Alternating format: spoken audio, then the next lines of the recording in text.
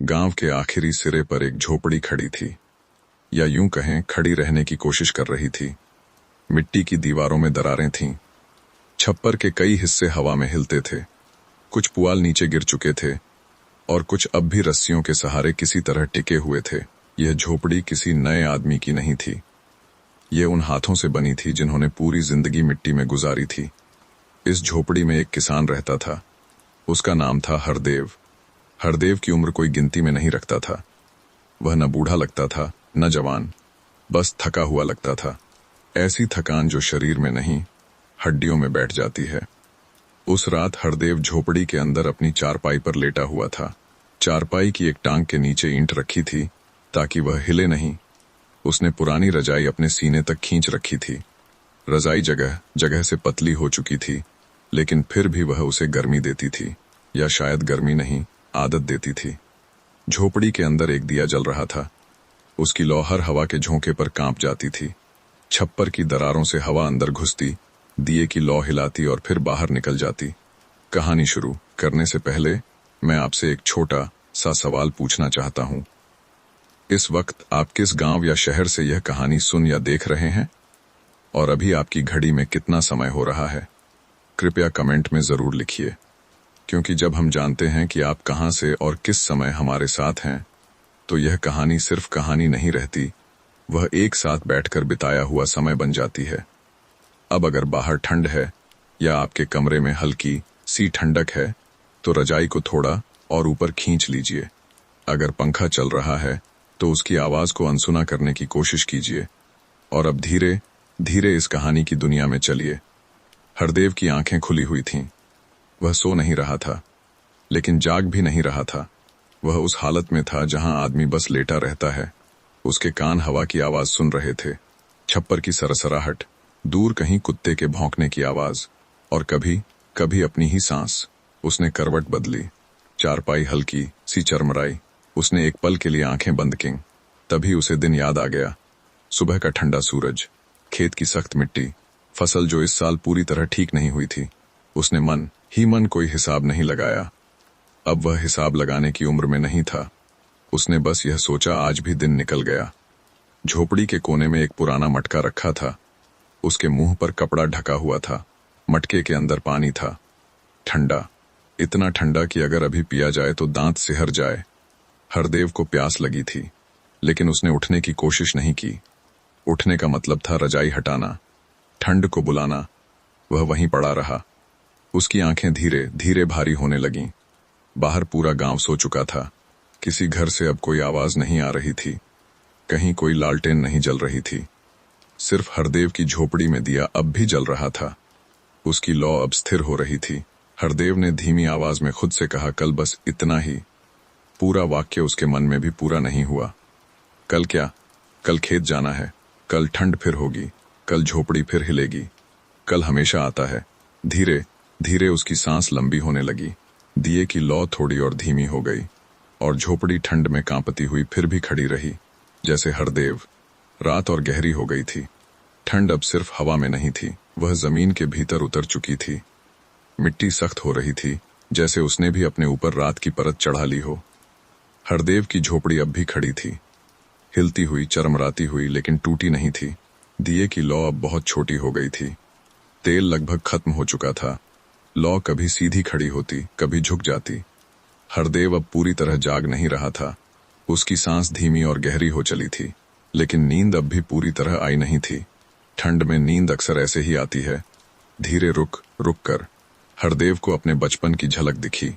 उसे याद आया जब यही झोपड़ी नई थी। दीवारों पर कोई दरार नहीं थी, छप्पर घना था। तब ठंड भी इतनी कड़क नहीं लगती थी। तब उसके पिता रात में दिए के पास बैठकर हुक्का पीते थे। धुआं ऊपर उठता, छप्पर से टकराता और फिर धीरे धीरे झोपड़ी से बाहर निकल जाता। हरदेव तब छोटा था, चारपाई पर पिता के पास सिमटकर सोता था। उसे लगता था यह झोपड़ी कभी नहीं टूटेगी। अब वही झोपड़ी उसके ऊपर झुकी हुई लगती थी, जैसे कह रही हो, मैं भी थक गई हूं। हरदेव ने हल्की सी करवट बदली। उसकी रजाई कंधे से नीचे सरक गई। ठंड ने तुरंत अपनी जगह बना ली।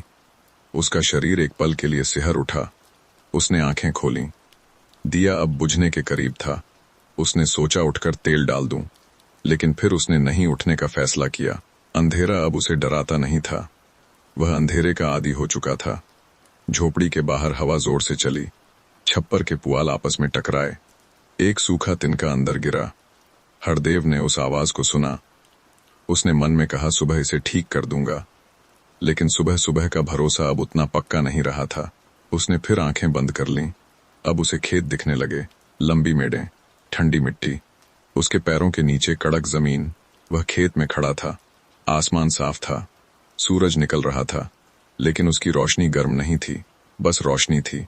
खेत में उसकी फसल कमजोर खड़ी थी, कुछ पौधे झुके हुए थे, कुछ अब भी सीधे खड़े रहने की कोशिश में थे। हरदेव उनके पास झुका, मिट्टी को छुआ। वह मिट्टी अब भी जिंदा थी, बस ठंडी थी। नींद में भी हरदेव को यह बात सुकून देती थी। झोपड़ी के अंदर दिया बुझ गया।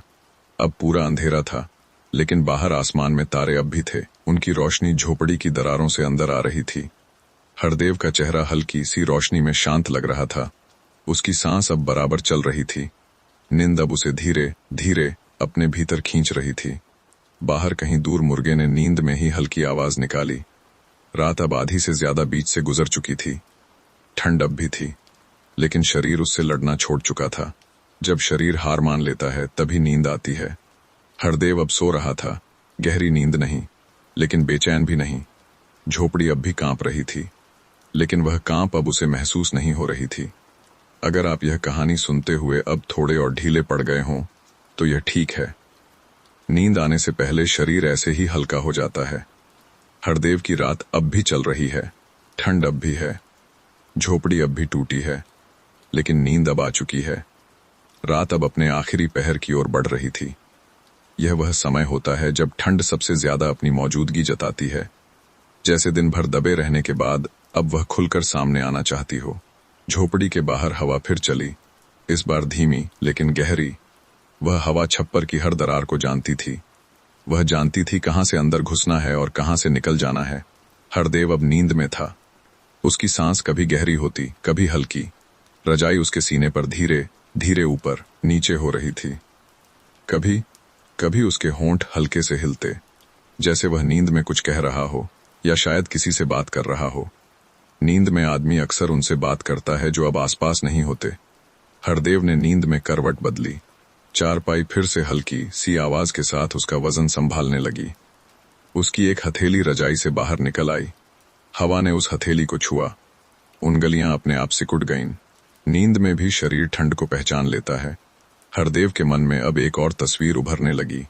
एक सुबह, बहुत पुरानी सुबह, जब झोपड़ी के बाहर धूप फैल रही थी और उसकी पत्नी आंगन में अलाव सुलगा रही थी।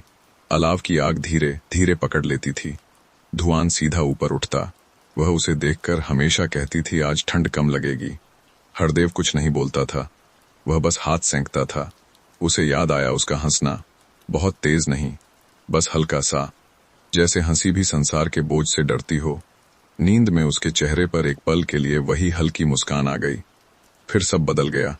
सपना धीरे धीरे खुलने लगा। अलाव बुझ गया, आंगन खाली हो गया, झोपड़ी फिर से अंधेरे में लौट आई। हरदेव की सांस थोड़ी तेज हो गई। नींद अब भी थी, लेकिन सपना बदल चुका था। अब उसे खुद को खेत में अकेले चलते हुए देखने लगा। चारों ओर सन्नाटा, मिट्टी पर ओस की परत, उसके पैरों के नीचे चरमराहट। वह चलता गया, बिना रुके, जैसे चलना ही अब उसका काम हो। वह रुका, मिट्टी को देखा, उसने हाथ बढ़ाया। नींद में भी उसकी उंगलियां मिट्टी को पहचान रही थीं। वह मिट्टी अब भी जीवित थी, बस ठंड से कसकर जमी हुई। झोपड़ी के अंदर हरदेव ने एक गहरी सांस ली, फिर धीरे से छोड़ी। उसकी नींद अब और गहरी होने लगी। बाहर आसमान का रंग बहुत हल्का बदलने लगा था। अभी उजाला नहीं, बस अंधेरे में एक बहुत पतली सी फटती हुई रेखा। सुबह अपने आने का संकेत दे रही थी, लेकिन ठंड अब भी जाने को तैयार नहीं थी। वह चाहती थी कि जाते जाते एक बार और अपना असर दिखा दे। झोपड़ी फिर से हल्की सी हिली। हरदेव नींद में थोड़ा सिमट गया। रजाई उसके कंधे तक और ऊपर आ गई। अब उसका चेहरा पूरी तरह ढका नहीं था, सिर्फ माथा और आंखें खुली हवा में थीं। लेकिन वह अब महसूस नहीं कर रहा था। नींद उसे पूरी तरह अपने भीतर ले चुकी थी। यह वही नींद थी जो आदमी को कुछ देर के लिए सब भूलने देती है। झोपड़ी की दरारें, ठंड, कल की चिंता, सब थोड़ी देर के लिए पीछे रह जाता है। अगर आप अब इस कहानी को सुनते हुए धीरे धीरे और शांत महसूस कर रहे हों, तो यह ठीक है। रात का यही काम होता है, वह दिन का बोझ हल्का कर देती है। हरदेव अब पूरी तरह सो चुका है। झोपड़ी अब भी टूटी है, ठंड अब भी कड़क है, लेकिन इस समय इन सब का कोई मतलब नहीं, क्योंकि नींद सबसे बड़ी रजाई होती है। सुबह अभी पूरी तरह आई नहीं थी, बस इतना हुआ था कि अंधेरे की परत थोड़ी पतली पड़ने लगी थी।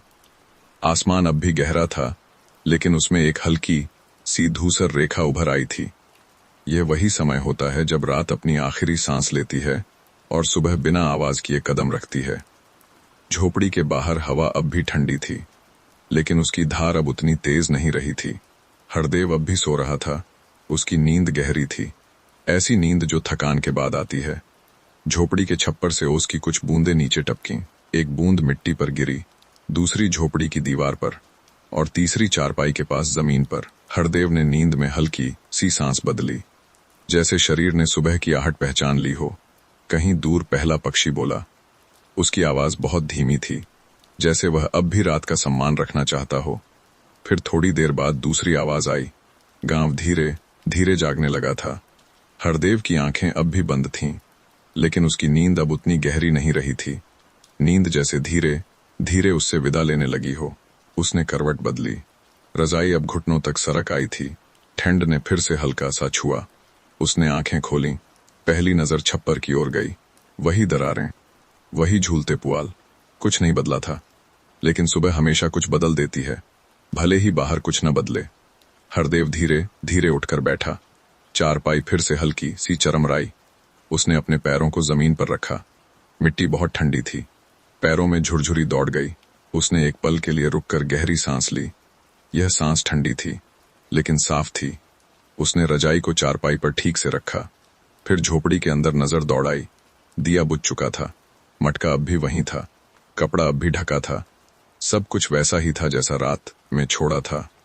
हरदेव धीरे धीरे झोपड़ी के दरवाजे तक गया। दरवाजा पूरी तरह दरवाजा नहीं था, बस लकड़ियों का एक टुकड़ा जो रात में हवा रोक लेता था। उसने उसे हटाया। ठंडी हवा सीधे चेहरे से टकराई। उसने आंखें एक पल के लिए मिंच लीं। बाहर धुंध फैली हुई थी। खेत साफ दिखाई नहीं दे रहे थे, बस मेड़ों की परछाइयां थीं। हरदेव झोपड़ी की देहरी पर खड़ा हो गया। उसने आसमान की ओर देखा। सूरज अभी नहीं निकला था, लेकिन उसके आने का भरोसा जरूर था। हरदेव ने अपने दोनों हाथ आपस में रगड़े, फिर धीरे धीरे झोपड़ी से बाहर कदम रखा। मिट्टी पैरों के नीचे कड़क थी। हर कदम अपनी मौजूदगी बताता था। वह 2 कदम चला, फिर रुक गया। उसने पीछे मुड़कर झोपड़ी को देखा। वही टूटी झोपड़ी, वही झुका छप्पर, लेकिन वह अब भी खड़ी थी। हरदेव कुछ नहीं बोला। उसने बस मन में कहा, चल रही है, और कई बार इतना ही काफी होता है। सुबह अब थोड़ी और उजली हो गई थी। धुंध धीरे धीरे ऊपर उठ रही थी। गांव अब जाग चुका था। कहीं चूल्हा सुलगने की आवाज आई, कहीं बर्तन खनके। जिंदगी फिर से चल पड़ी थी। हरदेव धीमे कदमों से खेतों की ओर चल पड़ा। पीठ थोड़ी झुकी थी, लेकिन कदम अब भी सीधे थे। अगर आप इस कहानी के साथ अब जाग चुके हों या फिर से सोने की तैयारी में हों, दोनों ही ठीक हैं। सुबह अब पूरी तरह खुल चुकी थी। धुंध जो थोड़ी देर पहले खेतों पर चुपचाप बैठी थी, धीरे धीरे ऊपर उठ रही थी, जैसे रात की आखिरी चादर खुद ही किनारे सरक रही हो। हरदेव खेत की मेड़ पर खड़ा था। उसके पैरों के नीचे मिट्टी सख्त थी। ओस अब भी जमी हुई थी और हर कदम पर हल्की सी चरमराहट हवा में घुल जाती थी। उसने चारों ओर देखा। खेत पूरी तरह हरे नहीं थे और पूरी तरह सूखे भी नहीं। बीच की वह हालत थी जिसे देखकर किसान कुछ देर चुप रह जाता है। हरदेव भी चुप था। उसने झुककर मिट्टी को छुआ। ठंडी, लेकिन मरी हुई नहीं। उसकी उंगलियां मिट्टी में हल्की सी धंस गईं। वह धीरे से मुस्कुराया, बहुत हल्की मुस्कान, ऐसी मुस्कान जो बाहर से दिखती नहीं, बस भीतर महसूस होती है। उसने हथेलियां आपस में रगड़ी और सीधे खड़ा हो गया। पीठ थोड़ी दुख रही थी, घुटनों में हल्की जकड़न थी, लेकिन यह सब नया नहीं था। यह शरीर इन्हीं आवाजों के साथ सालों से उठता बैठता आया था। हरदेव मेड़ पर धीरे धीरे चलने लगा। हर कदम जाना पहचाना था। यह जमीन उसे पहचानती थी। उसके पांव कहाँ फिसलते, कहाँ रुकते हैं, यह सब इस मिट्टी को पहले से पता था। थोड़ी दूर एक पेड़ खड़ा था। पुराना, मजबूत। उसकी डालियों पर कुछ पत्ते रह गए थे, बाकी ठंड में खुद ही झड़ चुके थे। हरदेव उस पेड़ के पास रुका। उसने हाथ बढ़ाकर तने को छुआ। ठंडा लेकिन स्थिर। उसने धीरे से कहा, तू भी अब भी खड़ा है। पेड़ कुछ नहीं बोला, लेकिन उसकी चुप्पी में एक भरोसा था। सूरज अब पूरी तरह निकल चुका था। उसकी रोशनी ठंडी थी लेकिन साफ थी। वह रोशनी खेतों पर फैल रही थी, मेड़ों पर, पेड़ों पर और हरदेव के चेहरे पर। उसने आंखें कुछ देर के लिए बंद कीं। रोशनी पलकों के आर पार अंदर उतर गई। उसने एक गहरी सांस ली। यह सांस ठंड से भरी थी, लेकिन भारी नहीं थी। हरदेव धीरे धीरे खेत के बीच आगे बढ़ा। कुछ पौधे झुके हुए थे, कुछ अब भी सीधे खड़े थे। उसने किसी पौधे को उखाड़ा नहीं, उसने बस देखा। किसान अक्सर यही करता है। वह हर बार कुछ करता नहीं, कभी कभी बस देखता है, और वही काफी होता है। दूर गांव से धुएं की पतली लकीर उठ रही थी। किसी घर में चूल्हा जल चुका था। हरदेव जानता था अब उसे लौटना होगा। झोपड़ी अब भी उसका इंतजार कर रही होगी। वह मुड़ा, धीरे धीरे वापस उसी रास्ते पर चल पड़ा। रास्ता अब उतना ठंडा नहीं था। सूरज अपना काम शुरू कर चुका था। झोपड़ी दूर से वैसी ही दिख रही थी, टूटी, झुकी, लेकिन खुली हुई, जैसे कह रही हो आजा। हरदेव देहरी पर रुका। उसने एक पल के लिए खेतों की ओर फिर देखा, फिर अंदर चला गया। झोपड़ी के भीतर अंधेरा नहीं था। सूरज की रोशनी दरारों से अंदर आ रही थी। मिट्टी की दीवारों पर रोशनी की पतली धारियां बन गई थीं। हरदेव चारपाई पर बैठ गया। उसने रजाई को फिर से ठीक किया। शायद दोपहर में थोड़ी देर फिर लेटना पड़े। किसान दिन में भी थोड़ी नींद चुरा लेता है। यह नींद आलस नहीं होती, यह शरीर की मरम्मत होती है। अगर आप अब इस कहानी के साथ फिर से आराम महसूस कर रहे हों, तो आंखें बंद कर सकते हैं। दिन की रोशनी में भी नींद आ सकती है। हरदेव झोपड़ी में है, सूरज बाहर है, और ठंड अब धीरे धीरे पीछे हट रही है। दोपहर धीरे धीरे उतर रही थी। सूरज अब सिर के ऊपर नहीं था, थोड़ा सा ढल चुका था। उसकी रोशनी अब तेज नहीं रही थी, बस मौजूद थी। झोपड़ी के भीतर हरदेव चारपाई पर आधी लेटी हुई हालत में था। रजाई अब पूरी तरह उसके ऊपर नहीं थी, बस पैरों पर पड़ी थी। ठंड अब सुबह जैसी तीखी नहीं रही थी, लेकिन गायब भी नहीं हुई थी। झोपड़ी की दीवारें दोपहर की धूप से थोड़ी गर्म हो गई थीं। मिट्टी अब सख्त नहीं लग रही थी। हरदेव की आंखें बंद थीं, लेकिन वह सो नहीं रहा था। वह उस हालत में था जहां आदमी आंखें बंद करके बस यादों को आने जाने देता है।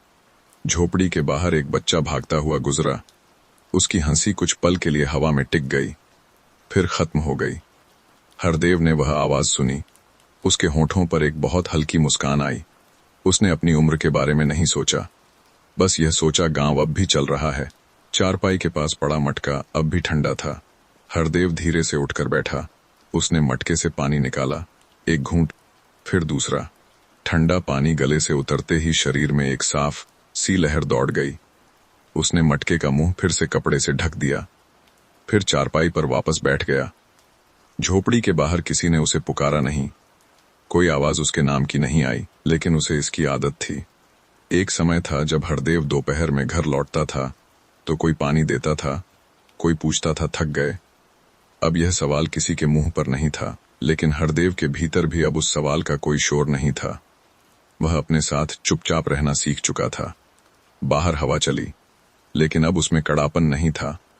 वह हवा झोपड़ी की दीवारों से टकराकर फिर बाहर निकल गई। झोपड़ी कुछ पल के लिए शांत रही। हरदेव ने आंखें खोलीं। दरारों से आती धूप की धारियां अब थोड़ी सरक चुकी थीं। समय धीरे धीरे आगे बढ़ रहा था। उसने चारपाई से उठने का फैसला किया। उठना अब पहले जैसा आसान नहीं था, लेकिन वह उठा। उसने झोपड़ी के भीतर इधर उधर नजर डाली। सब कुछ अपनी जगह था। कुछ टूटा हुआ, कुछ चलता हुआ। वह झोपड़ी से बाहर निकला। सूरज अब ढलान पर था। आसमान हल्का सा नीला हो चला था। शाम अपने आने की तैयारी कर रही थी। हरदेव देहरी पर खड़ा रहा। उसने हाथ जोड़कर हल्की सी गर्दन झुकाई। यह किसी पूजा का हिस्सा नहीं था, बस दिन के लिए एक मौन स्वीकार था। फिर वह आंगन में बैठ गया। उसने पास पड़ी सूखी लकड़ियां इकट्ठा की, अलाव जलाने की तैयारी शुरू की। शाम आ रही थी और ठंड फिर से लौटने वाली थी, लेकिन इस बार हरदेव तैयार था। अगर आप इस कहानी को सुनते हुए फिर से थोड़ा सुस्त महसूस कर रहे हों तो यह ठीक है। शाम ऐसा ही असर लाती है। हरदेव अलाव जलाएगा, झोपड़ी फिर रोशनी से भरेगी और कहानी धीरे धीरे और भी शांत होती जाएगी। शाम अब पूरी तरह अपने रंग में उतर आई थी। आसमान नीले से गहरे नीले की ओर धीरे धीरे सरक रहा था। सूरज खेतों के पीछे छिप चुका था। उसकी आखिरी रोशनी मेड़ों पर कुछ पल ठहरी और फिर गायब हो गई। हरदेव आंगन में बैठा था। उसके सामने छोटा सा अलाव जलने लगा था। लकड़ियां धीरे धीरे आग पकड़ रही थीं। पहले हल्का सा धुआं उठा, फिर लौ सीधी खड़ी हुई। आग की गर्मी ठंड से जमे हाथों तक पहुंचने लगी। हरदेव अपने दोनों हाथ आग की ओर बढ़ाए हुए था। उंगलियां धीरे धीरे ढीली पड़ने लगीं। ठंड पीछे हट रही थी, पूरी तरह नहीं, बस इतनी कि सांस लेना आसान हो जाए। झोपड़ी के अंदर अंधेरा अब फिर से घिरने लगा था। दरारों से आखिरी रोशनी फिसलकर बाहर चली गई। हरदेव ने अलाव की ओर देखते हुए एक गहरी सांस ली। यह सांस दिन भर की थकान को जैसे बाहर छोड़ रही थी। पास के घरों से अब हल्की हल्की आवाजें आने लगी थीं। कहीं बर्तन खनकने की, कहीं किसी के खांसने की। गांव रात की तैयारी में था। हरदेव कुछ देर तक आग को देखता रहा। आग कभी तेज होती, कभी धीमी, बिल्कुल जिंदगी की तरह। उसने एक लकड़ी और डाली। लौ फिर से ऊंची हो गई। उसकी आंखों में रोशनी नाचने लगी। कभी कभी उसे लगता था कि यह आग उससे कुछ कह रही है, लेकिन आज वह कुछ सुनना नहीं चाहता था, बस बैठा रहना चाहता था। थोड़ी देर बाद उसने उठने का फैसला किया। रात अब पूरी तरह आ चुकी थी। ठंड फिर से तेज होने लगी थी। हरदेव अलाव को वैसे ही छोड़कर झोपड़ी के अंदर चला गया। अंदर फिर से दिया जला। उसकी लौ कमजोर थी, लेकिन काफी थी। चारपाई उसी जगह थी, रजाई उसी तरह मढ़ी हुई। हरदेव धीरे से चारपाई पर बैठा। उसने जूते नहीं उतारे, बस रजाई अपने ऊपर खींच ली। आज उसे ज्यादा सोचने का मन नहीं था, न खेत के बारे में, न कल के बारे में, बस आज की रात के बारे में। दिए की लौ हवा में हल्की सी कांपी। हरदेव ने आंखें बंद कीं। बाहर हवा फिर चली। छप्पर फिर से सरसराया, लेकिन अब उस आवाज में उसे डर नहीं लगा। वह आवाज अब पहचान की थी। नींद धीरे धीरे उसके पास लौट आई, पहले हल्की, फिर गहरी। रजाई अब पूरी तरह गर्म लगने लगी। शरीर ढीला पड़ गया, सांस लंबी हो गई और हरदेव फिर से सो गया। अगर आप अब इस कहानी के साथ खुद को थोड़ा और शांत महसूस कर रहे हो तो यह ठीक है। रात ऐसा ही करती है। वह दिन की सारी आवाजें धीरे धीरे बंद कर देती है। झोपड़ी अब भी टूटी है, ठंड अब भी है, लेकिन इस समय इन सब का कोई शोर नहीं, बस नींद है। रात अब और गहरी हो गई थी। आसमान पर तारे जैसे थोड़े और साफ दिखने लगे थे। ठंड फिर से अपने पूरे असर में लौट आई थी। झोपड़ी के बाहर हवा अब रुक रुक कर चल रही थी, कभी बिल्कुल चुप, कभी अचानक छप्पर से टकराती हुई। हरदेव गहरी नींद में था, ऐसी नींद जिसमें शरीर दिन की सारी थकान धीरे धीरे खोल देता है। रजाई अब उसके ऊपर ठीक से जमी हुई थी। सांस एक बराबर लय में चल रही थी। दिए की लौ अब भी जल रही थी, कमजोर, पीली, लेकिन अंधेरे को पूरी तरह अंदर नहीं आने दे रही थी। झोपड़ी के भीतर हर चीज रुकी हुई लग रही थी, समय भी। बस आग की धीमी सी चटखने की आवाज अब भी कभी कभी सुनाई दे जाती थी। हरदेव ने नींद में हल्की सी करवट बदली। चारपाई फिर से बहुत धीमी आवाज में बोली, जैसे कह रही हो मैं हूं। उसकी एक हथेली रजाई के ऊपर आ गई। उंगलियां थोड़ी सिकुड़ी हुई थीं। ठंड उन्हें अब भी ढूंढ रही थी, लेकिन नींद उसे अपने भीतर खींचे हुए थी। हरदेव के मन में फिर से यादों की हलचल हुई। इस बार कोई साफ तस्वीर नहीं थी, बस आवाजें थीं, खेत में हल चलने की, बीज गिरने की, मिट्टी पलटने की। वह आवाजें धीमी थीं, जैसे दूर से आ रही हों। हरदेव नींद में थोड़ा मुस्कुराया। शायद उसे वह दिन याद आ रहे थे जब शरीर इतना भारी नहीं लगता था, जब सुबह इतनी ठंडी नहीं होती थी, या शायद उसे कुछ भी याद नहीं था। नींद में सब कुछ मिलकर एक ही जैसा हो जाता है। झोपड़ी के बाहर कहीं दूर कुत्ते ने एक बार भौंका, फिर चुप हो गया। गांव अब पूरी तरह सो चुका था। कोई दरवाजा नहीं खुला, कोई लालटेन नहीं जली। सब कुछ जैसे रात की रजाई के नीचे छिप गया हो। हरदेव अब और गहरी नींद में डूब गया। उसकी सांस अब और लंबी थी। चेहरे पर कोई चिंता नहीं थी। झोपड़ी अब भी हवा में हल्की सी हिल रही थी, लेकिन वह उसके सपनों तक नहीं पहुंच रही थी। नींद आज मजबूत थी। अगर आप यह कहानी सुनते हुए अब लगभग नींद की देहरी पर खड़े हों, तो रुकने की जरूरत नहीं। आंखें बंद रहने दें। रात आपको अपने हिसाब से थाम लेगी। हरदेव सो रहा है, झोपड़ी चुप है, ठंड अब भी है, लेकिन इस पल नींद सबसे बड़ी गर्मी है। रात अब अपने सबसे शांत हिस्से में पहुंच चुकी थी। यह वह समय होता है जब हवा भी थोड़ी देर के लिए रुक जाती है, जैसे उसे भी आराम की जरूरत हो। आसमान अब बिल्कुल साफ था। तारे टिमटिमा नहीं रहे थे, बस स्थिर थे। ठंड अब गहरी थी, कड़क, चुपचाप हड्डियों तक उतर जाने वाली। झोपड़ी के बाहर अलाव कब का बुझ चुका था, बस राख बची थी, हल्की सी गरम। झोपड़ी के भीतर दिए की लौ अब बहुत छोटी हो गई थी। तेल लगभग खत्म। लौ हर थोड़ी देर में झुक जाती, फिर सीधी हो जाती। हरदेव अब भी सो रहा था। उसकी नींद आज टूटी नहीं थी। रजाई अब पूरी तरह उसके शरीर से लिपटी हुई थी। सांस इतनी हल्की हो गई थी कि कभी कभी लगता था वह रुकी हुई है। फिर अचानक एक लंबी सांस। नींद अब सबसे गहरी जगह पर थी। हरदेव के मन में इस बार कोई सपना नहीं था, बस एक खालीपन था। लेकिन यह खालीपन डराने वाला नहीं था, यह ठहराव था, जैसे मन ने कुछ देर के लिए सब कुछ रख दिया हो। झोपड़ी के बाहर एक उल्लू बोला। उसकी आवाज गहरी थी, लेकिन डरावनी नहीं। गांव में लोग उस आवाज के आदी थे। यह आवाज कई रातों से यहीं आती रही थी। हरदेव के कानों ने उसे सुना, लेकिन नींद ने उसे पकड़ रखा था। वह हिला नहीं, बस उसकी भौहें हल्की सी सिकुड़ी।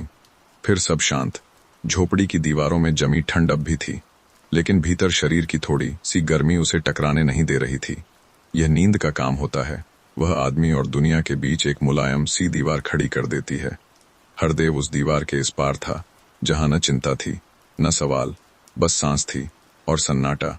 रात अब अपने आखिरी घंटों में चल रही थी, बहुत धीमे, जैसे किसी को जगाना न हो। अगर आप अब यह कहानी सुनते सुनते पूरी तरह ढीले पड़ गए हों तो यह ठीक है। यह हिस्सा इसीलिए है। कोई मोड़ नहीं, कोई तेज आवाज नहीं, बस रात का चलते रहना। हरदेव अब भी सो रहा है। झोपड़ी अब भी टूटी है। ठंड अब भी बाहर खड़ी है, लेकिन इस समय नींद सबसे अंदर है। रात अब धीरे धीरे अपने आखिरी मोड़ पर आ रही थी। यह वह वक्त होता है जब अंधेरा अब उतना गहरा नहीं लगता, लेकिन उजाला अभी आया नहीं होता। दोनों के बीच एक लंबा सा सांस लेने जैसा समय। झोपड़ी के बाहर ठंड अब भी मौजूद थी, लेकिन उसमें अब उतनी धार नहीं थी, जैसे वह जानती हो कि अब उसका समय खत्म होने वाला है। आसमान बहुत हल्का सा नीला होने लगा था। अभी सूरज नहीं, बस उसके आने का संकेत। हरदेव अब भी सो रहा था, लेकिन उसकी नींद अब पहले जैसी गहरी नहीं रही थी। शरीर सुबह की आहट पहचानने लगा था। उसकी सांस कभी तेज होती, कभी फिर से धीमी। उसने नींद में करवट बदली। रजाई थोड़ी सी सरक गई। ठंड फिर से हल्का सा अंदर आई। हरदेव के चेहरे पर एक हल्की सिकुड़न आई। फिर सब ठीक हो गया। नींद अब भी उसके साथ थी। झोपड़ी के भीतर दिए की लौ आखिरी बार थरथराई, फिर बुझ गई।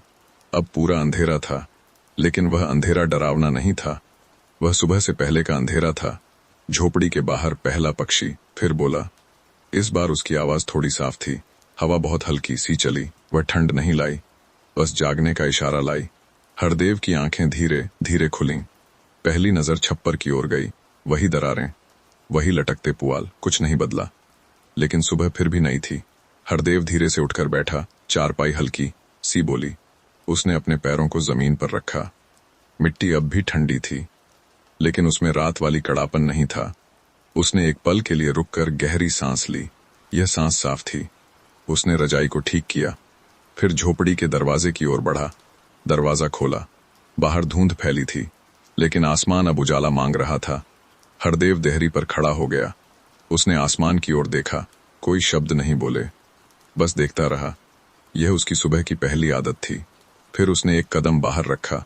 रात पूरी तरह पीछे रह गई थी। ठंड अब भी थी, लेकिन वह दिन से हार रही थी। अगर आप अब इस कहानी के साथ जाग चुके हों या फिर से नींद की ओर लौट रहे हों, दोनों ही ठीक हैं। कहानी अब भी धीमी है। हरदेव फिर से दिन की ओर चल पड़ा है। सुबह अब पूरी तरह खुल चुकी थी। धुंध धीरे धीरे जमीन से उठ रही थी, जैसे रात अपना सारा बोझ खेतों पर छोड़कर लौट रही हो। हरदेव झोपड़ी की देहरी से आगे बढ़ चुका था। उसके कदम धीमे थे, लेकिन रुके हुए नहीं। हर सुबह उसके लिए एक जैसी होती थी। न नई उम्मीद, न नया डर, बस एक चालू दिन। उसने आस पास नजर डाली। गांव जाग चुका था। कहीं किसी घर से धुआं उठ रहा था, कहीं बच्चों की धीमी आवाजें थीं। लेकिन हरदेव इन सब के बीच में अलग था। वह किसी जल्दी में नहीं था। उसने हाथ जोड़कर हल्का सा सिर झुकाया। यह किसी भगवान के लिए नहीं था, यह दिन के सामने एक स्वीकार था। फिर वह खेतों की ओर चल पड़ा। रास्ता अब पूरी तरह दिखाई दे रहा था। ओस पैरों से लगकर ठंडी लगती थी, लेकिन अब वह झटका नहीं देती थी। हरदेव मेड़ के पास रुका। उसने खेत को ध्यान से देखा। कल जैसा ही था, न बेहतर न बदतर। किसान इसी को समझ जाता है। सब दिन फैसले नहीं देते, कुछ दिन बस चलते हैं। हरदेव धीरे धीरे खेत के बीच चलने लगा। उसके कदम मिट्टी को नाप रहे थे। वह कहीं भी जल्दी में नहीं था। उसने एक पौधे को छुआ, फिर दूसरे। किसी को उखाड़ा नहीं, किसी को ठीक करने की जल्दी नहीं की। आज वह सिर्फ देखने आया था। धूप अब हल्की सी गर्म होने लगी थी। सूरज अपना काम धीरे धीरे कर रहा था। हरदेव एक मेड पर बैठ गया। उसने अपनी पीठ सीधी की। घुटनों में अब भी दर्द था, लेकिन यह दर्द उसका था, उसे चौंकाता नहीं था। वह उसे जानता था। कुछ देर बाद उसने खेत से नजर हटाई और झोपड़ी की ओर देखा। दूर से वह अब भी टूटी हुई दिख रही थी, लेकिन दिन की रोशनी में वह इतनी कमजोर नहीं लग रही थी। हरदेव धीरे से खड़ा हुआ। उसने अपने कपड़ों को ठीक किया और बिना कुछ कहे लौटने लगा। झोपड़ी अब धूप में खड़ी थी। उसकी दरारें अब साफ दिख रही थीं, लेकिन धूप उन्हें छुपा नहीं रही थी, बस उन पर पड़ी हुई थी। हरदेव अंदर गया। चारपाई अब भी वहीं थी, रजाई थोड़ी सी खुली हुई। उसने उसे फिर से ठीक किया। आज दोपहर वह यहीं रहेगा। दिन जैसा आएगा वैसा रहने देगा। अगर आप इस कहानी के साथ अब फिर से हल्के हो रहे हों तो यह ठीक है। यह कहानी किसी मोड़ के लिए नहीं है, यह साथ बैठने के लिए है। हरदेव आज भी जिंदा है, झोपड़ी आज भी खड़ी है, और इतना कभी कभी काफी होता है। दिन अब धीरे धीरे ढलने लगा था। सूरज अपनी जगह से थोड़ा और सरक गया था। उसकी रोशनी अब वैसी सीधी नहीं रही थी। खेतों पर हल्का सा पीला रंग घुलने लगा था। हरदेव झोपड़ी के भीतर चुपचाप बैठा था, चारपाई के किनारे। उसकी पीठ दीवार से टिकी हुई थी। मिट्टी की दीवार अब दिन भर की धूप से हल्की गर्म हो गई थी। यह गर्माहट ज्यादा देर नहीं टिकने वाली थी। हरदेव यह जानता था। उसने आंखें बंद की। दिन भर की आवाजें अब धीरे धीरे दूर जा रही थीं। गांव में काम कम हो गया था। कहीं कहीं अब सिर्फ बातों की आवाज थी। किसी आंगन में हंसी, किसी में थकान की खामोशी। हरदेव इन सब के बीच में अपनी ही लय में था। उसने चारपाई के नीचे रखी लकड़ियों की ओर देखा। अलाव के लिए अब भी कुछ बचा था। शाम फिर से ठंड लाने वाली थी। हरदेव धीरे से उठा। उसके घुटनों ने हल्की सी आवाज की। वह रुका नहीं। वह अब उन आवाजों को अनसुना करना सीख चुका था। झोपड़ी से बाहर निकला। आसमान अब नीला नहीं रहा था। उसमें हल्की सी सांवली झलक आ गई थी। पक्षी अपने अपने ठिकानों की ओर लौट रहे थे। हरदेव आंगन में बैठ गया। उसने लकड़ियां इकट्ठा कीं। आज उसे जल्दी नहीं थी। हर लकड़ी धीरे धीरे जगह पर रखी। अलाव फिर से सुलगने लगा। पहले धुआं, फिर आग। ठंड फिर से पीछे हटने लगी। हरदेव आग के पास हाथ सेंकता रहा। उसकी आंखें लौ को देख रही थीं। मन कहीं और नहीं गया। शाम का समय अक्सर ऐसा ही होता है, न पूरी तरह दिन, न पूरी तरह रात, दोनों के बीच का ठहराव। आग धीरे धीरे तेज हुई। हरदेव ने एक लकड़ी और डाली। लौ थोड़ी और ऊंची हुई। उसके चेहरे पर हल्की सी रोशनी नाची। फिर वह धीरे से उठा। अलाव को वैसे ही छोड़ दिया। अब झोपड़ी के अंदर जाने का वक्त था। रात पास आ रही थी। ठंड फिर से अपने कदम बढ़ा रही थी। हरदेव झोपड़ी के भीतर आ गया। दिया फिर से जला। लौ कमजोर थी, लेकिन परिचित थी। चारपाई अब भी वहीं थी। रजाई अब भी उसकी थी। हरदेव बैठा, फिर धीरे धीरे लेट गया। उसने रजाई अपने ऊपर खींच ली। आज उसे किसी याद को जगाने का मन नहीं था। वह बस रात को आने देना चाहता था। दिए की लौ हल्की सी कांपी। हवा दरारों से अंदर आई। हरदेव ने आंखें बंद कीं। रात फिर से उसे अपने भीतर लेने लगी। अगर आप अब इस कहानी के साथ फिर से सुस्ती महसूस कर रहे हों तो यह ठीक है। शाम नींद की पहली दस्तक होती है। हरदेव अब आराम की ओर लौट रहा है। रात एक बार फिर पूरी तरह फैल चुकी थी। आसमान अब गहरा था। तारे धीमे धीमे टिमटिमा रहे थे। ठंड फिर से अपने पूरे रूप में लौट आई थी, लेकिन अब वह उतनी कठोर नहीं लग रही थी, जैसे शाम से होकर आने के बाद वह भी थक गई हो। झोपड़ी के भीतर दिए की लौ स्थिर थी, कमजोर लेकिन शांत। हरदेव चारपाई पर लेट चुका था। रजाई उसके शरीर पर फैली हुई थी। आज उसने अपने पैर अंदर ही रखे थे। ठंड को कोई जगह नहीं दी थी। उसकी सांस धीरे धीरे एक लय में चल रही थी। यह नींद की पहली सीढ़ी थी। झोपड़ी अब हवा से ज्यादा नहीं हिल रही थी। बस कभी कभी छप्पर हल्का सा सरसराता। वह आवाज अब रात का हिस्सा बन चुकी थी। हरदेव ने नींद में एक करवट बदली। चारपाई हल्की सी बोली, फिर चुप हो गई। उसके मन में आज कोई साफ सपना नहीं था, बस अधूरी सी तस्वीरें थीं। खेत, सुबह की धूप, मिट्टी, सब धीरे धीरे घुल रहे थे। नींद अब और गहरी होने लगी थी। झोपड़ी के बाहर हवा थोड़ी देर के लिए रुक गई। पूरा गांव जैसे सांस रोककर सो रहा हो। हरदेव अब पूरी तरह नींद में था। चेहरे पर कोई तनाव नहीं था, बस थकान धीरे धीरे घुल रही थी।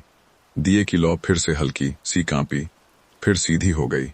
अंधेरा अब पूरी तरह अंदर नहीं आ पा रहा था। लौ काफी थी। हरदेव की सांस अब और लंबी हो गई थी।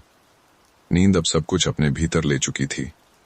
अगर आप इस कहानी को सुनते हुए अब पूरी तरह शांत हो गए हों, तो यह सही समय है आंखें बंद रखने का। कहानी कहीं भाग नहीं रही, वह यहीं है।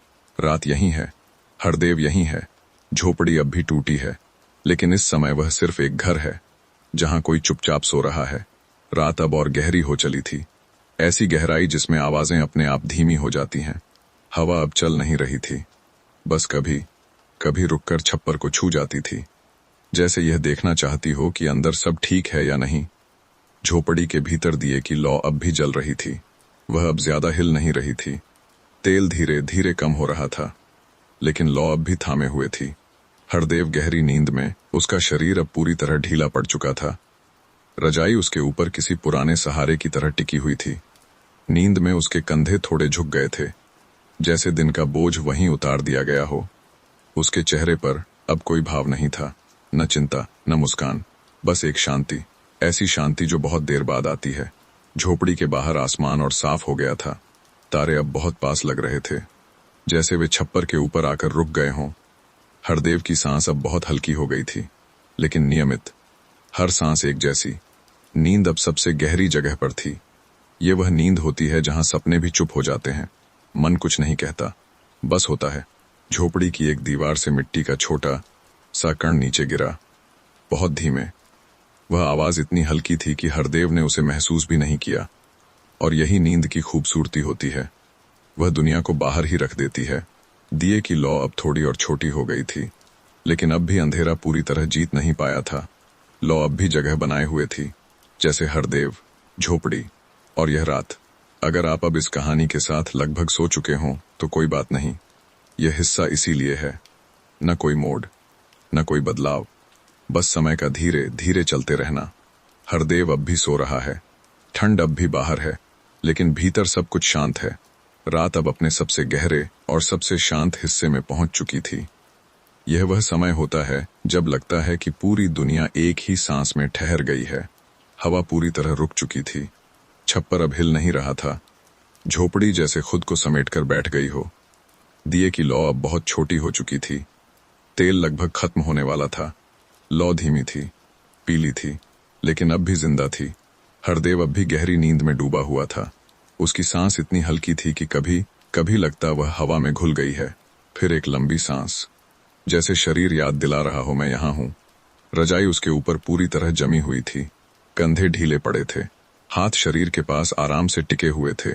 अब नींद सिर्फ शरीर में नहीं थी, वह मन के हर कोने में फैल चुकी थी। इस नींद में कोई सपना नहीं था, न खेत, न झोपड़ी, न ठंड, बस एक गहरा सुकून। झोपड़ी के बाहर कहीं दूर एक पत्ता गिरा। उसकी आवाज इतनी हल्की थी कि रात ने उसे अपने भीतर समेट लिया।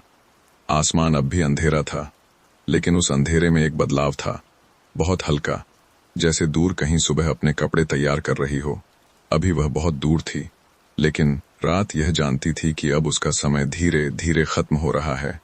दिए की लौ एक बार और कांपी, फिर और छोटी हो गई। हरदेव नींद में हल्का सा हिला, फिर शांत। उसके चेहरे पर अब भी वही निर्विकार शांति थी। यह वह शांति थी जो दिन के अंत में मिलती है, जब आदमी कुछ जीतने या हारने के बारे में नहीं सोचता, बस आराम करता है। अगर आप इस कहानी के साथ अब पूरी तरह नींद में डूब चुके हों, तो यही सही जगह है। कहानी आपसे कुछ नहीं मांगती, वह बस आपके पास बैठी रहती है। हरदेव अब भी सो रहा है, झोपड़ी अब भी टूटी है, ठंड अब भी बाहर खड़ी है, लेकिन इस पल इन सब का कोई वजन नहीं, क्योंकि नींद सबसे बड़ा सहारा होती है। रात अब अपने आखिरी कदम गिन रही थी। यह वह समय था जब अंधेरा अब पूरी ताकत में नहीं रहता, लेकिन उजाला अब भी दिखाई नहीं देता। दोनों के बीच एक लंबा मौन। झोपड़ी के भीतर दिए की लौ अब बहुत क्षीण हो चुकी थी, तेल लगभग समाप्त। लौ कभी सीधी होती, कभी झुक जाती, जैसे वह भी आराम करना चाहती हो। हरदेव अब भी गहरी नींद में था। उसकी सांस बहुत धीमी लेकिन स्थिर। रजाई उसके शरीर से ऐसे लिपटी थी जैसे किसी पुराने रिश्ते की गर्माहट हो। झोपड़ी पूरी तरह चुप थी, कोई आवाज भीतर नहीं, बाहर भी बहुत कम। सिर्फ कभी कभी दूर से किसी पक्षी की बहुत हल्की आहट, जैसे सुबह रास्ता टटोल रही हो। हरदेव ने नींद में हल्की सी करवट बदली। चारपाई बहुत धीमे बोली, फिर चुप। उसका चेहरा अब भी शांत था, उस पर न कोई शिकन, न कोई सपना, बस आराम। ऐसा आराम जो पूरी रात चलता है और दिन को थोड़ा आसान बना देता है। दिए की लौ आखिरी बार थरथराई, फिर बहुत धीरे बुझ गई। अब पूरा अंधेरा था, लेकिन यह अंधेरा डराने वाला नहीं था। यह सुबह से पहले का अंधेरा था। झोपड़ी की दरारों से अब ठंडी हवा नहीं आ रही थी, हवा जैसे खुद भी रुक गई हो। हरदेव अब भी सो रहा था। उसकी सांस एक लय में चल रही थी। ये वही लय थी जो रात और दिन को जोड़ती है। बाहर आसमान बहुत हल्का बदलने लगा था। अभी कोई रंग नहीं, बस एक आभास। सुबह अब बहुत दूर नहीं थी, लेकिन वह अभी आई नहीं थी। हरदेव नींद में थोड़ा सिमटा, रजाई और कसकर लिपट गई। ठंड अब उस तक नहीं पहुंच पा रही थी। अगर आप इस कहानी को सुनते हुए अब लगभग नींद में डूब चुके हों, तो यही वह पल है जहां कुछ भी सोचने की जरूरत नहीं, बस सांस लेते रहिए। रात अपने आप खिसक जाएगी। हरदेव अब भी सो रहा है, झोपड़ी अब भी खड़ी है, और सुबह धीरे धीरे रास्ता ढूंढ रही है। आसमान ने बहुत हल्के से रंग बदलना शुरू किया। अभी नीला नहीं हुआ था, अभी सुनहरा भी नहीं, बस अंधेरे में एक पतली सी साफ रेखा उभर आई थी। ये वही रेखा होती है जो बताती है रात अब लौट रही है। झोपड़ी के भीतर अब भी अंधेरा था, दिया कब का बुझ चुका था, लेकिन अंधेरा अब भारी नहीं था, वह हल्का हो गया था। हरदेव अब भी सो रहा था, लेकिन उसकी नींद अब उतनी गहरी नहीं रही थी। शरीर धीरे धीरे जागने की तैयारी कर रहा था। उसकी सांस कभी थोड़ी तेज होती, कभी फिर धीमी, जैसे कोई भीतर दिन की घड़ी सेट कर रहा हो। झोपड़ी के बाहर पहली साफ आवाज सुनाई दी, एक पक्षी। उसकी आवाज तेज नहीं थी, बस इतनी कि रात समझ जाए अब रुकना नहीं है। हरदेव की भौहें हल्की सी हिलीं। नींद अब धीरे धीरे पीछे हट रही थी, लेकिन वह अभी पूरी तरह जागा नहीं था। झोपड़ी के भीतर हवा बहुत हल्की सी घुसी। वह ठंडी थी, लेकिन अब उसमें काट नहीं थी, वह सुबह की हवा थी। हरदेव ने नींद में एक लंबी सांस ली, फिर धीरे से छोड़ी। यह सांस कल की थकान साथ ले गई। उसने करवट बदली, चारपाई फिर हल्की सी बोली, रजाई थोड़ी सी सरक गई। ठंड ने बस छुआ। हरदेव ने आंखें अभी नहीं खोली। वह इस पल को थोड़ा और थामे रखना चाहता था। यह पल नींद और जागने के बीच का होता है, सबसे शांत। बाहर आसमान अब थोड़ा और खुल गया था। अभी सूरज नहीं, बस उसकी मौजूदगी महसूस होने लगी थी।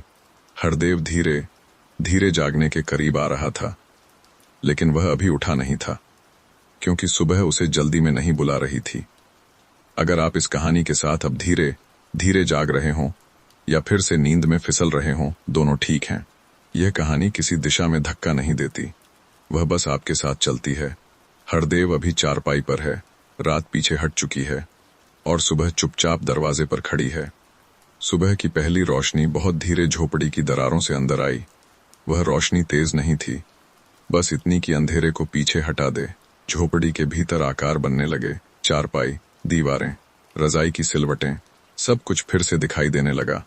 हरदेव की आंखें धीरे धीरे खुलीं। पहली नजर छप्पर की ओर गई। वही पुराने पुआल, वही दरारें, कुछ भी नया नहीं, लेकिन सुबह फिर भी नई लग रही थी। हरदेव कुछ पल वैसे ही लेटे रहा।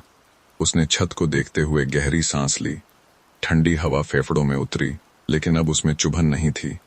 यह सुबह की ठंड थी, जो जगाती है तोड़ती नहीं। उसने करवट बदली। चारपाई हल्की सी आवाज में फिर बोली। हरदेव धीरे से उठकर बैठा, पैर जमीन पर रखे। मिट्टी अब भी ठंडी थी, लेकिन अब वह सख्त नहीं लगी। उसने एक पल के लिए आंखें बंद किन। यह सुबह का पहला ठहराव था। फिर वह धीरे धीरे खड़ा हुआ। घुटनों में हल्का सा दर्द हुआ। उसने ध्यान नहीं दिया, यह हर सुबह का हिस्सा था। हरदेव झोपड़ी के दरवाजे की ओर बढ़ा, लकड़ी का टुकड़ा हटाया। बाहर पूरी सुबह खड़ी थी। आसमान अब साफ था, धुंध नीचे बैठी थी, खेत धीरे धीरे जाग रहे थे। हरदेव देहरी पर खड़ा हो गया। उसने आसमान की ओर देखा। सूरज अभी निकला नहीं था, लेकिन उसकी रोशनी अब फैल रही थी। हरदेव ने हाथ जोड़कर हल्का सा सिर झुकाया। यह किसी पूजा का संकेत नहीं था, यह सुबह के सामने एक स्वीकार था। फिर उसने एक कदम बाहर रखा। ठंड अब पीछे हट रही थी, सूरज आने ही वाला था। हरदेव धीमे कदमों से आगे बढ़ा। दिन फिर से शुरू हो चुका था। अगर आप इस कहानी को सुनते हुए अब पूरी तरह जाग चुके हों, तो इस सुबह को थोड़ी देर अपने साथ रहने दीजिए। और अगर आप फिर से नींद में लौटना चाहें, तो यह सुबह आपका इंतजार कर लेगी। कहानी धीरे चलती है, हरदेव चल रहा है, और समय भी। दिन अब धीरे धीरे अपनी रफ्तार पकड़ रहा था। सूरज पूरी तरह निकल आया था। उसकी रोशनी अब ठंडी नहीं थी, बस हल्की सी गर्माहट लिए हुए। हरदेव खेत की ओर चल पड़ा था। उसके कदम अब उतने भारी नहीं लग रहे थे। शायद नींद ने अपना काम ठीक से कर दिया था। रास्ते में ओस अब पिघल रही थी, मिट्टी धीरे धीरे नरम हो रही थी। हरदेव हर बदलाव महसूस कर रहा था। किसान ऐसे ही चलता है, वह घड़ी नहीं देखता, वह जमीन देखता है। खेत के पास पहुंचकर वह रुका। आज उसने झुककर मिट्टी को छुआ। वह कल से थोड़ी अलग थी, थोड़ी ज्यादा जीवित। हरदेव कुछ नहीं बोला। उसने सिर्फ मिट्टी को हाथ से झाड़ दिया, फिर चारों ओर नजर दौड़ाई। कुछ पौधे अब भी झुके हुए थे, कुछ धूप की ओर सीधे खड़े होने लगे थे। ये कोई चमत्कार नहीं था, बस दिन का अपना असर था। हरदेव धीरे धीरे मेड़ पर चलने लगा। उसके मन में कोई सवाल नहीं था, न यह कि फसल कैसी होगी, न यह कि आगे क्या होगा। आज उसने इन सवालों को छोड़ दिया था। वह बस खेत के साथ चल रहा था। थोड़ी देर बाद वह एक जगह बैठ गया, घास पर, पीठ मेड़ से टिका ली। सूरज सीधे चेहरे पर नहीं पड़ रहा था, बस कंधों को गर्म कर रहा था। हरदेव आंखें आधी बंद करके बैठा रहा। यह उसकी दोपहर की चोरी की नींद नहीं थी, यह दिन के बीच का ठहराव था। गांव की आवाजें दूर से आ रही थीं, हल्की, जैसे किसी और दुनिया से। हरदेव अब अपने शरीर को सुन रहा था। सांस ठीक चल रही थी, दिल शांत था। झोपड़ी उस समय उसे याद नहीं आई। टूटी दीवारें, हिलता छप्पर, सब पीछे रह गया। कभी कभी आदमी को बस इतना ही चाहिए होता है, एक पल जहां कुछ भी टूटता हुआ महसूस न हो। दिन अब मध्य में था। हरदेव धीरे धीरे उठा। उसने कपड़ों की सिलवटें ठीक की, फिर झोपड़ी की ओर लौट चला। सूरज अब सीधा था, लेकिन उसकी गर्मी कठोर नहीं थी। झोपड़ी दूर से अब भी वैसी ही दिख रही थी, टूटी, पुरानी, लेकिन दिन की रोशनी में वह इतनी अकेली नहीं लग रही थी। हरदेव देहरी पर रुका, एक पल के लिए, फिर अंदर चला गया। चारपाई अब भी वहीं थी, रजाई अब भी उसकी थी। दिन धीरे धीरे ढलने लगेगा और शाम फिर से आएगी, लेकिन अभी वक्त था ठहरने का। अगर आप इस कहानी को सुनते हुए फिर से हल्के हो गए हों, तो इसे ऐसे ही बहने दीजिए। हरदेव आज भाग नहीं रहा, वह बस चल रहा है। दिन अब धीरे धीरे ढलने लगा था। सूरज मेड़ों के पीछे सरक रहा था। उसकी रोशनी अब तेज नहीं थी, बस लंबी छायाएं जमीन पर खींच रही थी। हरदेव झोपड़ी के बाहर खड़ा था। दिन भर की थकान अब धीरे धीरे कंधों पर आ बैठी थी, लेकिन यह थकान भारी नहीं थी। यह काम के बाद आने वाली शांत थकान थी। आसमान हल्का सा नारंगी होने लगा था, फिर धीरे धीरे भूरा। शाम अपने साथ ठंड को फिर से लौटा लाई थी। हरदेव आंगन में बैठ गया। लकड़ियां अब भी वहीं रखी थीं। उसने एक एक कर उन्हें अलाव के लिए जोड़ना शुरू किया। आज उसके हाथों में जल्दी नहीं थी। हर लकड़ी अपनी जगह धीरे से रखी गई। अलाव फिर सुलगने लगा। पहले धुआं, फिर लौ। आग की गर्माहट फिर से हथेलियों तक पहुंच गई। हरदेव हाथ सेंकता रहा। उसकी आंखें लौ में टिकी थीं। शाम का समय हमेशा उसे कुछ देर रोक लेता था। दिन और रात के बीच यह ठहराव उसे अच्छा लगता था। गांव धीरे धीरे फिर से शांत होने लगा। कहीं बर्तन रखने की आवाज, कहीं दरवाजे बंद होने की। हरदेव इन आवाजों को पहचानता था। यह दिन के समाप्त होने की आवाजें थीं। अलाव धीरे धीरे तेज हुआ। उसने एक लकड़ी और डाली। लौ फिर से ऊंची हुई। उसकी रोशनी चेहरे पर नाचने लगी। कुछ पल वह बस बैठा रहा, फिर उठा। रात अब पूरी तरह पास आ चुकी थी। हरदेव अलाव को वैसे ही छोड़कर झोपड़ी के भीतर चला गया। अंदर दिया फिर से जला। लौ कमजोर थी, लेकिन परिचित। चारपाई अब भी वहीं थी, रजाई अब भी उसकी थी। हरदेव धीरे से बैठा, फिर लेट गया। उसने रजाई अपने ऊपर खींच ली। आज उसे दिन के बारे में सोचने का मन नहीं था। वह बस रात को आने देना चाहता था। दिए की लौ हल्की सी कांपी, हवा दरारों से अंदर आई। हरदेव ने आंखें बंद की। रात फिर से उसे अपने भीतर लेने लगी। अगर आप अब इस कहानी के साथ फिर से सुस्ती महसूस कर रहे हो तो इसे रोकिए मत। नींद ऐसे ही आती है, चुपचाप। हरदेव फिर से सोने की ओर बढ़ रहा है। झोपड़ी अब भी टूटी है, ठंड अब भी बाहर है, लेकिन इस पल नींद सबसे बड़ा सहारा है। रात फिर से अपनी पूरी शांति के साथ झोपड़ी के चारों ओर फैल गई थी। यह वही रात थी जो बिना पूछे सबको अपने भीतर समेट लेती है। हवा अब बहुत हल्की थी। कभी कभी छप्पर के पुआल एक दूसरे से धीरे से टकरा जाते, जैसे एक दूसरे को याद दिला रहे हों हम अब भी यहाँ हैं। झोपड़ी के भीतर दिए की लौ अब स्थिर थी। उसका उजाला दीवारों पर धुंधली परछाइयां बना रहा था। हरदेव चारपाई पर लेट चुका था। रजाई उसके शरीर से लिपटी हुई थी। दिन भर की थकान अब धीरे धीरे नींद में घुल रही थी। उसकी सांस एक लय में चल रही थी, न तेज न धीमी, बस जैसी होनी चाहिए।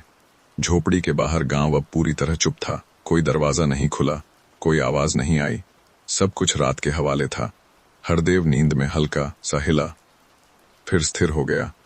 उसके चेहरे पर अब कोई चिंता नहीं थी, जैसे रात ने उसे कुछ देर के लिए अपने बराबर बिठा लिया हो।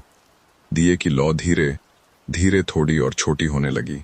तेल कम हो रहा था, लेकिन अंधेरा अभी भी अंदर आने से रुक रहा था। हरदेव अब गहरी नींद में डूब चुका था। उस नींद में कोई सपना नहीं था, बस एक ठहराव था। ऐसा ठहराव जिसमें कल की कोई जल्दी नहीं होती। झोपड़ी अब भी टूटी हुई थी, लेकिन इस समय वह कमजोर नहीं थी। वह एक छत थी, एक जगह जहां कोई आराम कर रहा था। अगर आप इस कहानी को सुनते हुए अब पूरी तरह नींद में डूब रहे हों तो यह सही है।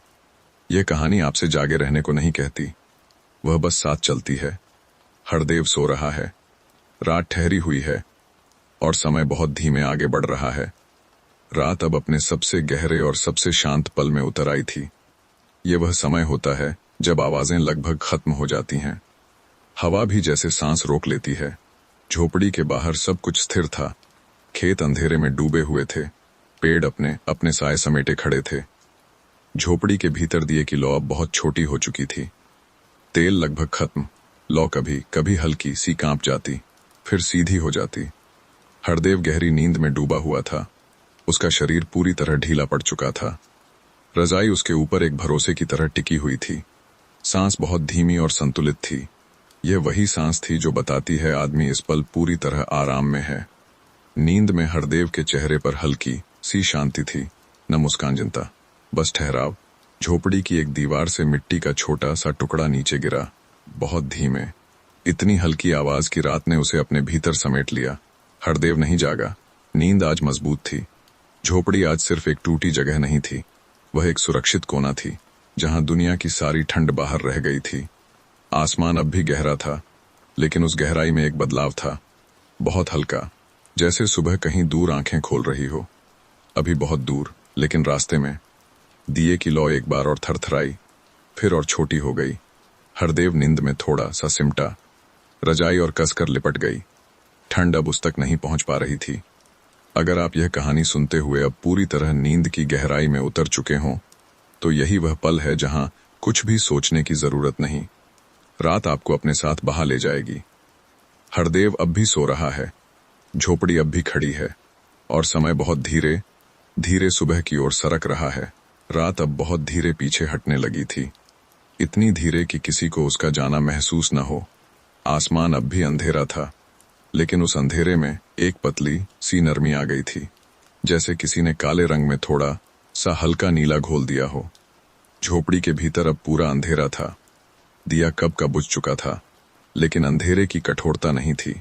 वह सुबह से पहले का थका हुआ अंधेरा था। हरदेव अब भी गहरी नींद में था, लेकिन उसकी नींद अब थोड़ी बदलने लगी थी। सांस अब उतनी गहरी नहीं थी, कभी थोड़ी तेज, कभी फिर धीमी। शरीर अब जागने की तैयारी कर रहा था। झोपड़ी के बाहर कहीं दूर एक पक्षी ने बहुत हल्की आवाज की, फिर चुप हो गया, जैसे वह भी पूरी सुबह को जगाना नहीं चाहता हो।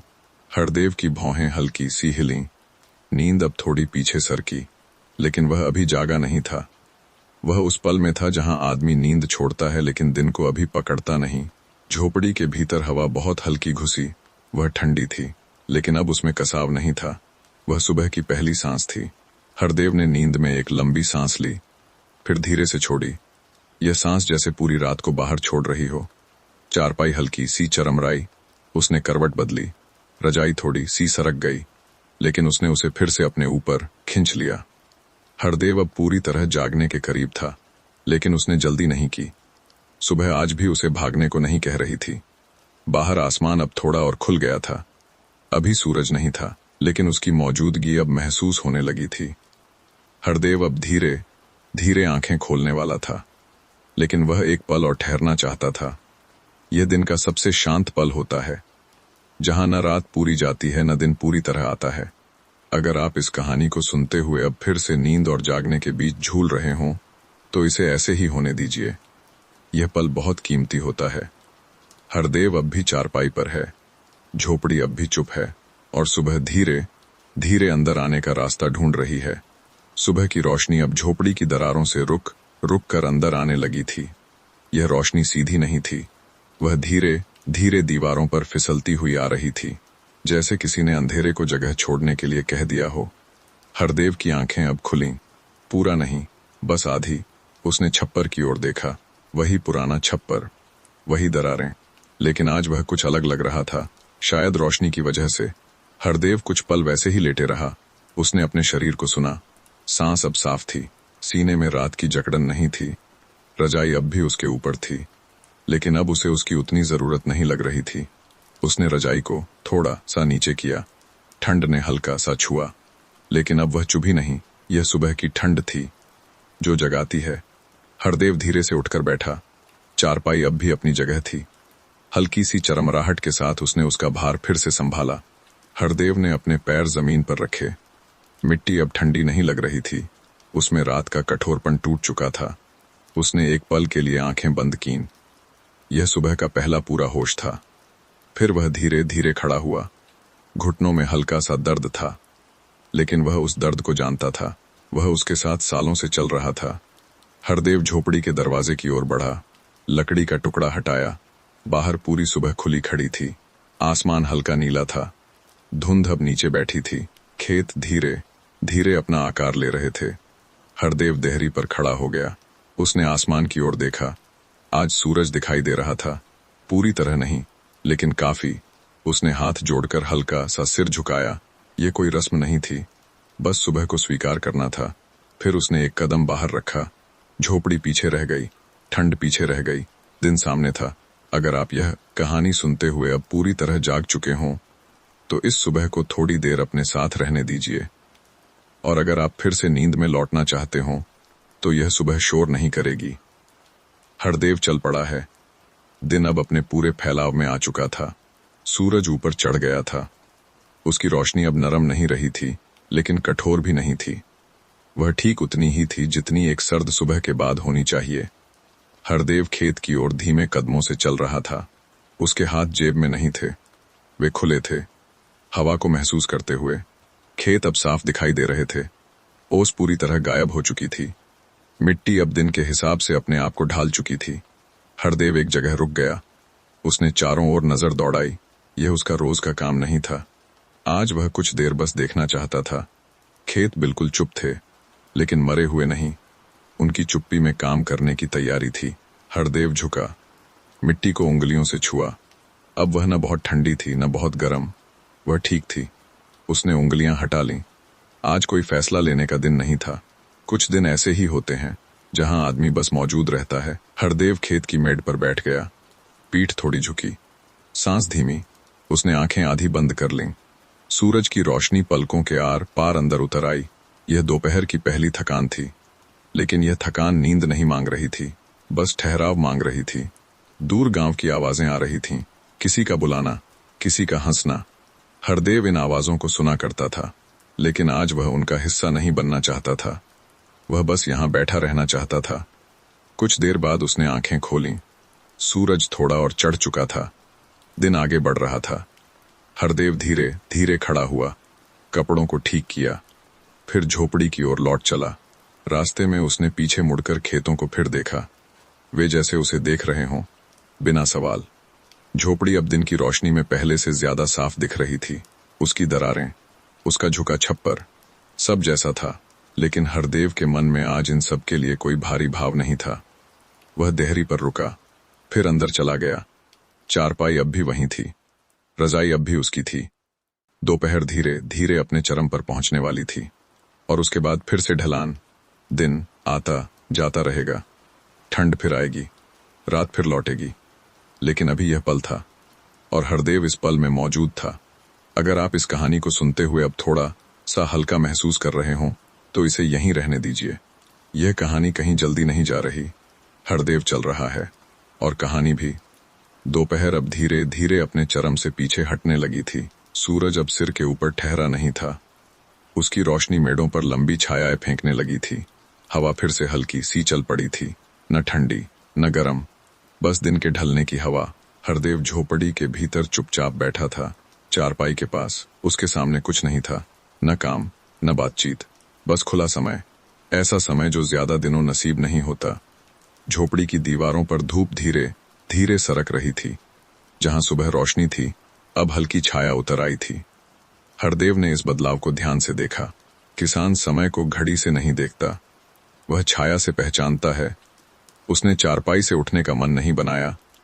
आज उसे भागने की जरूरत नहीं थी, वह बस यह महसूस करना चाहता था कि दिन धीरे धीरे कैसे बदलता है। बाहर गांव की आवाजें फिर से कम होने लगी थीं।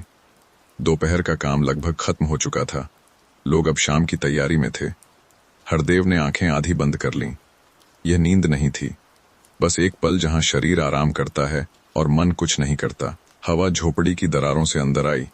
इस बार उसमें ठंड का संकेत था, बहुत हल्का, जैसे शाम दूर से हाथ हिला रही हो। हरदेव समझ गया, अब अलाव का वक्त आने वाला है, लेकिन अभी नहीं, अभी थोड़ी देर और दिन को जाने देना था। उसने आंखें खोलीं। दीवार पर पड़ी छाया और लंबी हो गई थी, समय चल पड़ा था। हरदेव धीरे धीरे उठा, घुटनों ने हल्की सी आवाज की। वह मुस्कुराया नहीं, बस चल दिया। झोपड़ी के बाहर आकर उसने आसमान की ओर देखा, रंग अब हल्का सा बदल रहा था। शाम पास थी। हरदेव आंगन में बैठ गया। लकड़ियां अब भी वहीं थीं, आज उन्हें जलना ही था, लेकिन हर चीज अपने समय पर। अगर आप इस कहानी को सुनते हुए अब थोड़ा सा धीमा महसूस कर रहे हों, तो यह ठीक है। दोपहर का ढलना ऐसा ही असर करता है। हरदेव रुका हुआ है, शाम आ रही है, और कहानी धीरे धीरे एक और सुकून भरे चक्र में प्रवेश कर रही है। शाम अब पूरी तरह अपने रंग में उतर चुकी थी। आसमान हल्के नीले से धीरे धीरे गहरे नीले की ओर झुक रहा था। सूरज कब का खेतों के पीछे छिप चुका था। उसकी आखिरी रोशनी मेड़ों पर थोड़ी देर ठहरी और फिर गायब हो गई। हरदेव आंगन में बैठा था। उसके सामने लकड़ियों का छोटा सा ढेर था। उसने एक लकड़ी उठाई, धीरे से जमीन पर रखी, फिर दूसरी। आज उसके हाथों में जल्दी नहीं थी, शाम खुद उसे धीमा कर रही थी। हवा अब थोड़ी ठंडी हो गई थी। वह चेहरे को छूकर रुक जाती थी, जैसे याद दिला रही हो रात पास है। हरदेव ने माचिस जलाई, एक तीखी चमक, फिर लौ। लकड़ियां पहले धुआं देने लगीं, फिर धीरे धीरे आग पकड़ ली। अलाव फिर से सुलग उठा। आग की गर्माहट हथेलियों तक पहुंच गई। हरदेव ने दोनों हाथ आग की ओर बढ़ा दिए। उंगलियां धीरे धीरे ढीली पड़ने लगीं। दिन भर की ठंड अब पीछे हट रही थी। आस पास गांव की आवाजें एक एक कर खत्म होने लगीं। कहीं दरवाजा बंद हुआ, कहीं किसी ने खांसा, फिर चुप्पी। यह रात की पहली चुप्पी थी। अलाव की आग कभी तेज होती, कभी धीमी। हरदेव उसे देखता रहा। आज उसके मन में कोई बात नहीं उठी, न कल की, न बीते समय की, बस आग थी और उसकी गर्मी। कुछ देर बाद उसने एक लकड़ी और डाली। लौ फिर से ऊंची हो गई। उसकी रोशनी चेहरे पर हल्के हल्के नाचने लगी। आसमान अब पूरी तरह गहरा हो गया था। पहले तारे दिखने लगे, एक, फिर दो। हरदेव ने आसमान की ओर देखा। वह कुछ नहीं गिनता था, बस देखता था। जब हाथों की गर्मी काफी हो गई तो वह धीरे से उठा, अलाव को वैसे ही छोड़ दिया। आग अपना काम खुद कर लेगी। हरदेव झोपड़ी के भीतर चला गया। अंदर फिर से दिया जला। लौ कमजोर थी, लेकिन परिचित। चारपाई उसी जगह थी, रजाई उसी तरह मढ़ी हुई। हरदेव धीरे से बैठा, फिर लेट गया। उसने रजाई अपने ऊपर खींच ली। बाहर हवा फिर चली। छप्पर हल्का सा सरसराया, लेकिन अब वह आवाज उसे अकेली नहीं लगती थी। नींद धीरे धीरे फिर से उसके पास आने लगी। पहले हल्की, फिर गहरी। अगर आप इस कहानी के साथ अब फिर से सुस्ती महसूस कर रहे हों तो इसे रोकिए मत। रात यही चाहती है। हरदेव अब नींद की ओर सरक रहा है। अलाव बाहर धीरे धीरे राख बन रहा है और झोपड़ी फिर से रात को अपने भीतर समेट रही है। रात अब और गहरी हो चुकी थी, ऐसी गहराई जिसमें सब कुछ अपने आप धीमा हो जाता है। आसमान पूरी तरह गहरा नीला था। तारे अब स्पष्ट दिख रहे थे। वे टिमटिमा नहीं रहे थे, बस चुपचाप मौजूद थे। झोपड़ी के बाहर अलाव अब लगभग राख बन चुका था। कभी कभी कोई अधजली लकड़ी हल्की सी चटक जाती, फिर सब फिर से शांत। झोपड़ी के भीतर दिए की लौ अब स्थिर थी। उसकी रोशनी बहुत कम थी, लेकिन पर्याप्त थी। हरदेव चारपाई पर सो चुका था। रजाई उसके शरीर पर पूरी तरह फैली हुई थी। आज उसने अपने कंधे भी अंदर कर लिए थे। ठंड बाहर ही रह गई थी। उसकी सांस धीरे धीरे एक लय में चल रही थी, न तेज न भारी, बस शांत। यह नींद का दूसरा दौर था, जब दिन की सारी आवाजें पूरी तरह डूब जाती हैं। झोपड़ी अब हवा से ज्यादा नहीं हिल रही थी, बस कभी कभी छप्पर हल्का सा सरक जाता, जैसे कोई पुराना घर सोते सोते करवट बदल रहा हो। हरदेव नींद में हल्का सा हिला, फिर स्थिर हो गया। उसके चेहरे पर अब कोई भाव नहीं था, न मुस्कान न शिकन, बस आराम। ऐसा आराम जो पूरी रात चुपचाप काम करता है। झोपड़ी के बाहर कहीं दूर कुत्ते ने एक बार भौंका, फिर चुप हो गया। गांव उस आवाज को पहचानता था। वह डर की नहीं, रात की आवाज थी। हरदेव नहीं जागा। नींद अब मजबूत थी। दिए की लौ हल्की सी कांपी, फिर सीधी हो गई। तेल धीरे धीरे कम हो रहा था, लेकिन अंधेरा अब भी अंदर नहीं आ पा रहा था। झोपड़ी आज सिर्फ एक टूटा ढांचा नहीं थी, वह एक ऐसी जगह थी जहां कोई सुरक्षित महसूस कर रहा था। अगर आप इस कहानी को सुनते हुए अब पूरी तरह नींद की गहराई में उतर रहे हों तो कोई बात नहीं, यह हिस्सा इसी के लिए है। न कोई मोड़, न कोई बदलाव, बस रात का धीरे धीरे चलते रहना। हरदेव सो रहा है, झोपड़ी चुप है, ठंड बाहर खड़ी है और नींद अंदर सब कुछ ढक चुकी है। रात अब अपने आखिरी घंटों में आ चुकी थी। यह वह समय होता है जब सन्नाटा सबसे गहरा हो जाता है। हवा लगभग पूरी तरह रुक जाती है, जैसे दुनिया थोड़ी देर के लिए सांस लेना भूल गई हो। आसमान अब भी गहरा था, लेकिन उस गहराई में एक हल्की सी नरमी आ गई थी। तारे अब भी थे, पर उनकी चमक कुछ बदली हुई लग रही थी। झोपड़ी के बाहर अलाव पूरी तरह राख बन चुका था। अब उसमें कोई गर्मी नहीं थी, बस दिन की एक याद। झोपड़ी के भीतर दिए की लौ अब बहुत छोटी हो गई थी। तेल लगभग समाप्त। लौ कभी कभी हल्की सी कांप जाती, फिर अपने आप सीधी हो जाती। हरदेव अब भी गहरी नींद में डूबा हुआ था। उसकी सांस अब बहुत हल्की हो चुकी थी, लेकिन लय में, ये वही लय थी जो रात और सुबह को जोड़ती है। नींद में उसका शरीर थोड़ा सा सिमटा हुआ था, जैसे ठंड से नहीं, समय से खुद को ढक रहा हो। झोपड़ी अब हिल नहीं रही थी। छप्पर शांत था, दीवारें शांत थीं। पूरा घर जैसे उसके साथ सो रहा हो। कहीं दूर एक उल्लू फिर बोला। उसकी आवाज पहले से और धीमी थी, जैसे वह भी समझता हो कि रात अब जाने वाली है। हरदेव नहीं जागा। उसकी नींद आज पूरी थी, ऐसी नींद जो आदमी को कुछ देर के लिए पूरा बना देती है। झोपड़ी की एक दरार से बहुत हल्की हवा अंदर आई। वह ठंडी नहीं थी, वह सुबह की पहली सांस थी। हरदेव नींद में हल्का सा हिला, फिर से शांत हो गया। दिए की लौ आखिरी बार थरथराई, फिर बहुत धीरे बुझ गई। अब पूरा अंधेरा था, लेकिन यह अंधेरा भारी नहीं था। यह सुबह से पहले का अंतिम अंधेरा था। अगर आप इस कहानी को सुनते हुए अब पूरी तरह नींद में डूब चुके हों तो यह ठीक है। यह हिस्सा जगाने के लिए नहीं है, यह साथ सोने के लिए है। हरदेव अब भी सो रहा है, झोपड़ी अब भी खड़ी है और समय बहुत धीमे धीमे सुबह की ओर सरक रहा है। रात अब आखिरी बार ठहर कर देख रही थी, जैसे उसे भी यकीन करना हो कि सब कुछ ठीक है। आसमान अब पूरी तरह काला नहीं रहा था, उसमें बहुत हल्का सा नीलापन घुलने लगा था। यह वही रंग होता है जो बताता है सुबह अब बहुत पास है। झोपड़ी के भीतर पूरा अंधेरा था, लेकिन यह अंधेरा अब डराता नहीं था। वह थका हुआ अंधेरा था, जो अपना काम पूरा कर चुका हो। हरदेव अब भी चारपाई पर सो रहा था। उसकी सांस धीमी थी, लेकिन अब उतनी गहरी नहीं थी। नींद अब अपने आखिरी घंटों में थी। शरीर धीरे धीरे जागने की तैयारी कर रहा था। हरदेव ने नींद में हल्की सी करवट बदली। चारपाई बहुत हल्की आवाज में बोली, फिर चुप हो गई। रजाई थोड़ी सी सरक गई। हवा अंदर आई। वह ठंडी नहीं थी, वह सुबह की पहली मुलायम हवा थी। हरदेव ने एक लंबी सांस ली, फिर धीरे से छोड़ी। यह सांस जैसे पूरी रात को बाहर छोड़ रही हो। झोपड़ी के बाहर कहीं दूर पहला पक्षी फिर बोला। इस बार उसकी आवाज थोड़ी साफ थी। अब सुबह रुक नहीं सकती थी। हरदेव की भौहें हल्की सी हिलीं। उसका शरीर अब नींद से बाहर आने लगा था, लेकिन वह अभी उठा नहीं था। वह उस पल में था जहां आदमी आंखें खोलने से पहले सब कुछ एक बार फिर महसूस करता है। झोपड़ी अब भी चुप थी, लेकिन उस चुप्पी में दिन की आहट घुल चुकी थी। आसमान और हल्का हो गया था। अभी सूरज नहीं था, लेकिन उसकी रोशनी अब रास्ता बना रही थी। हरदेव धीरे धीरे जागने वाला था। रात अब पूरी तरह पीछे हट रही थी और सुबह फिर से उसकी जिंदगी में बिना शोर के दाखिल हो रही थी। अगर आप इस कहानी के साथ अब या तो जाग चुके हों या फिर से नींद में डूब रहे हों, तो दोनों ही सही हैं। ये कहानी आपको कहीं खींचती नहीं, वह बस आपके साथ चलती है। हरदेव अब भी चारपाई पर है, झोपड़ी अब भी खड़ी है, और एक नया दिन चुपचाप दरवाजे के पास आ चुका है। सूरज अब पूरी तरह निकल आया था। उसकी रोशनी झोपड़ी की दरारों से सीधे अंदर उतर रही थी। यह रोशनी तेज नहीं थी, बस इतनी कि आंखें खुद खुल जाए। हरदेव अब जाग चुका था। वह कुछ पल वैसे ही लेटे रहा, जैसे दिन को अंदर आने का पूरा समय दे रहा हो। उसकी सांस अब साफ और गहरी थी। नींद अपना काम पूरा कर चुकी थी।